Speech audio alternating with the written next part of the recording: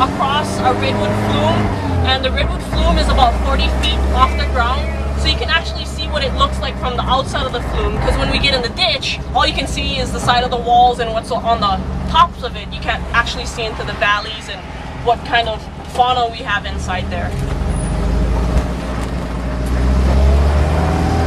How about now?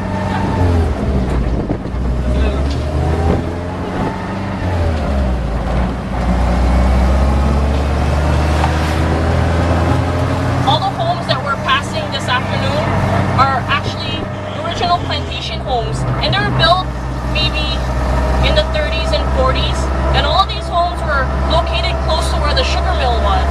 Now, in 1975, the last sugar plantation here in Kohala closed down, and they closed down due to economical issues, high cost of labor, EPA laws. So in the 60s, all of these homes were removed from below the mill, which is where our office is, below that road, and they were relocated along these highways. And the lot, it's a quarter-acre lot, and I believe it was sold for just $1, and the workers were just given their home. So in the 60s, you can see all these houses coming from the down Tidah lot up into this new area.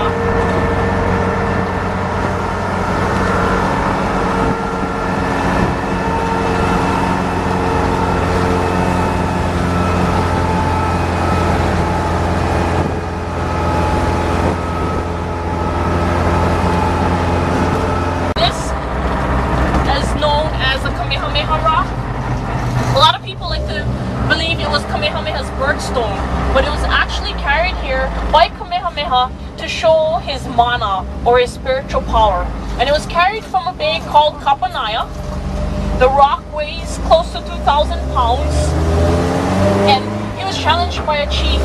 The chief told him to show him his spiritual power or his spiritual feat, because there had been so much speculation and stories about Kamehameha, about how he was strong, and how he was favored by the gods. So Kapanaya is coming up shortly, and I'll point it out to you. Kamehameha carried that rock about 3 miles uphill to this open area right here on the right, and this place is known as Halaba. Halaba was Kamehameha's family land way back in the 1700s and even before then. So he carried it up in this grassy area here, and he placed the rock.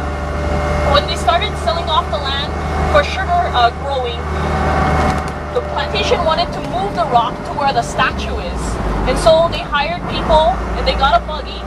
They took 8 men to carry the rock, place it on the buggy, and when it was on its way to Kapa'au, the buggy actually fell apart in the same exact spot where the rock is.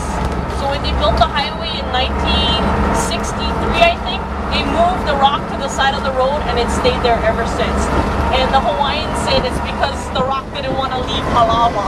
But Kapanaya is right downstream from here, and it's a favorite local surfing spot.